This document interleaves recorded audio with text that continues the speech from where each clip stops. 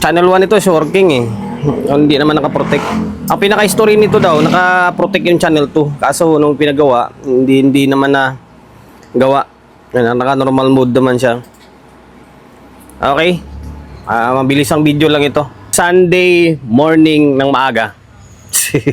Ace na LX20. Bali, galing San Miguel, Bulacan. Ayun sila bossing, napaaga. 6:30, magsi-7 is nandito na sila. Kaya napaaga rin ako. Ace na LX20, galing San Miguel, Bulacan. Ang issue nito, ito, ninuksan ko na, check up namin. Nakahang na yung sa channel 2. Dahil may problema itong channel 2. Although pinagawa ito ni bossing.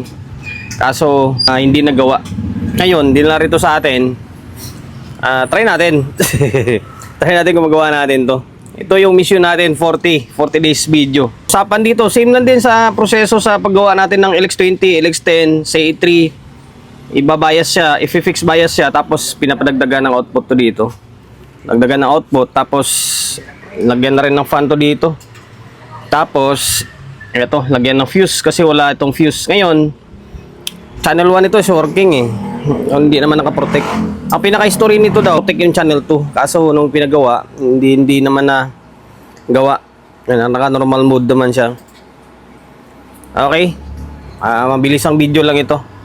Ngayon, same lang din naman eh. Pares lang din naman natin babaklasin to. Baklasin ko na dalawa para mabilis yung video natin. Tapos, pasadaanan natin to. Baklas ko na yung channel 2.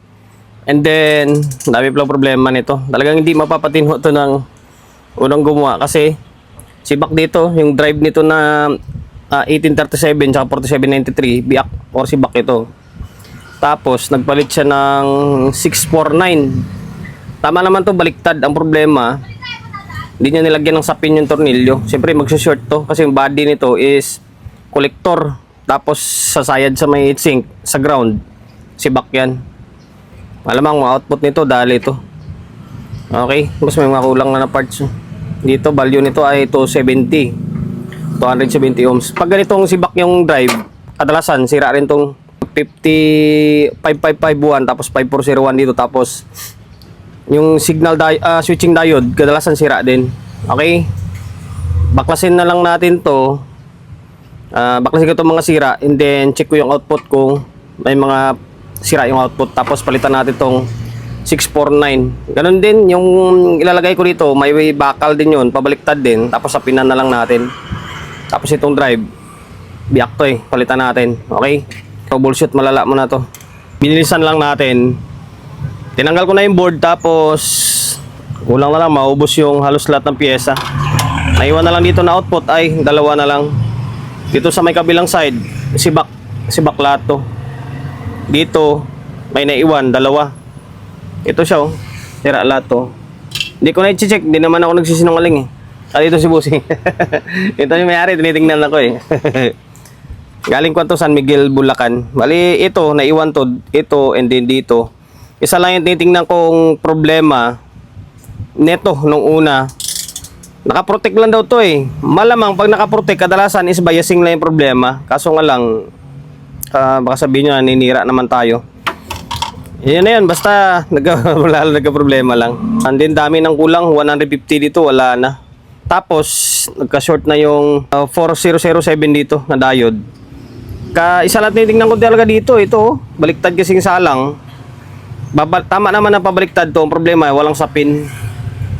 Okay, ano bang nasira at pa na iba? 1837, kasi buo itong 5401, no?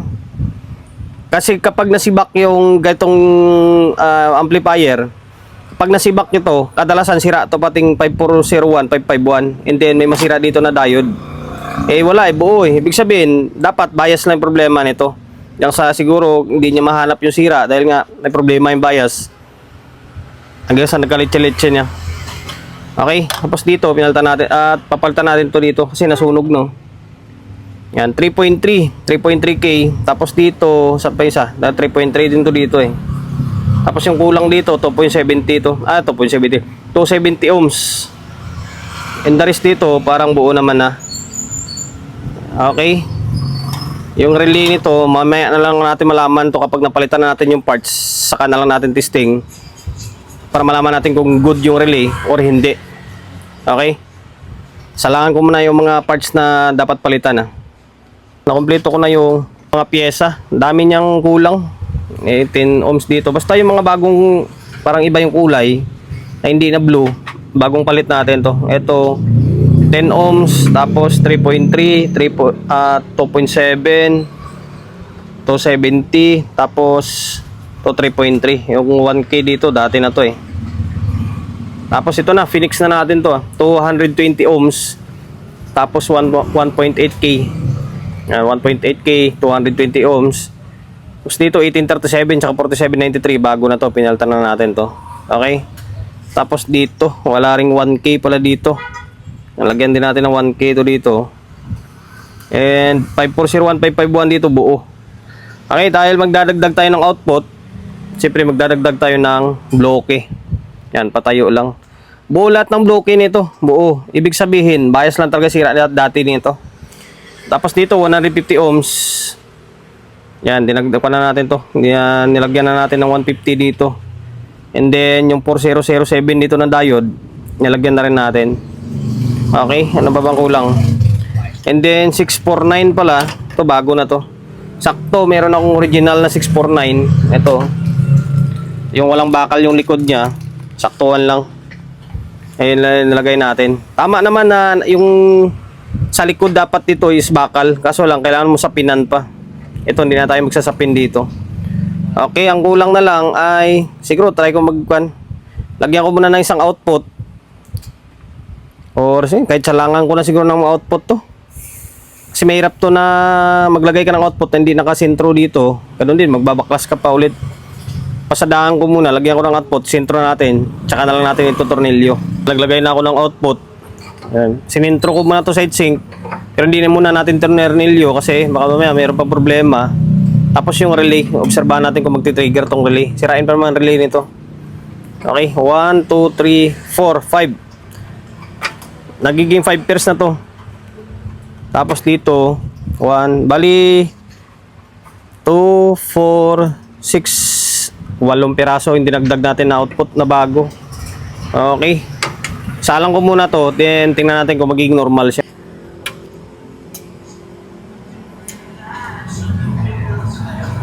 Hindi talaga nagre-relay ito. Hindi nagre-relay ito, sira talaga relay nito. Kung nandito ay ito, buo ito. Itong isa, hindi nagre-relay. Kaya tama lang na hindi natin binalik side sync. Kasi papalitan pa natin ng relay yan. Ang dami niyang problema. Okay, dito. Oh, yeah.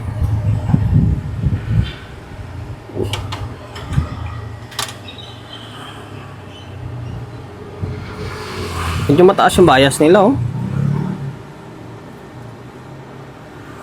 Tester ko lang. Ito sa Broadway ni pare, normal to eh, nasa 0.3 lang eh. Calibrate ko nga to, ba't parang bali ito. Kaya pala hindi nakasiro yung kwan ko. Hindi nakasiro yung test prod na yung kwan natin, yung dito, pabira oh. Kaya pala sabi ko parang mataas na yung value nito. Ulit. Ayan oh, nasa 0.3 lang siya oh. Yan naman laging ginagamit natin bias eh. Kahit dito, paras lang yan. Oh, di ba? Oh. Upload yung camera natin. Okay na. Palitan na lang natin tong relay niya kasi hindi pumapalo. Ngayon, tapos sabay balik na yan side sync. Ang dami namin dito. Oh. Ano ba rin? Ang dami na namin dito. Inaantay to eh. Kaya ito na, mabilisan. Dinagdagan ko ng output to. 1, 2, 3, 4, 5. 5 na yan ha. Tapos naka-fix bias na yan. 220, tapos 1.8. Tapos ito, naglagay na tayo ng fuse. Okay yan o. Ito, tapos ito yung fuse holder na ginamit natin.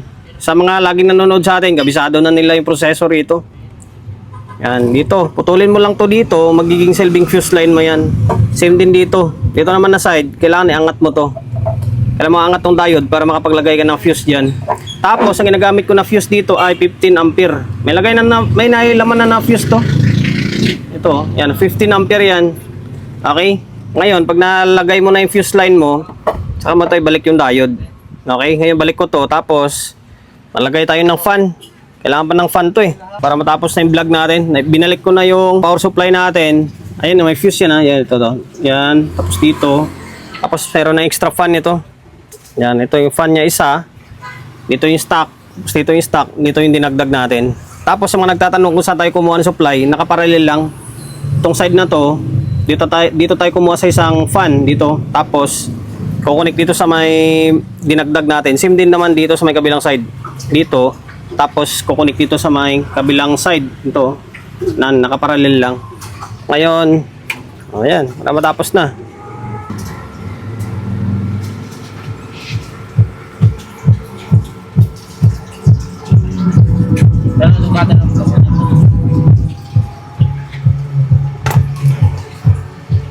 Ayan, may audio na.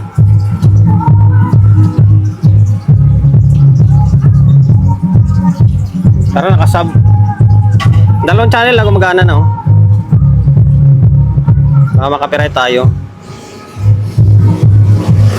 Okay.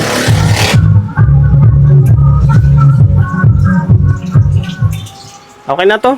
Working na. Ayan, tapos na. Okay, bali, hanggang dito na lang.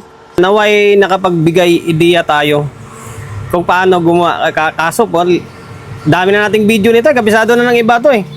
Hindi na tayo mag-outro. Hanggang dito na lang.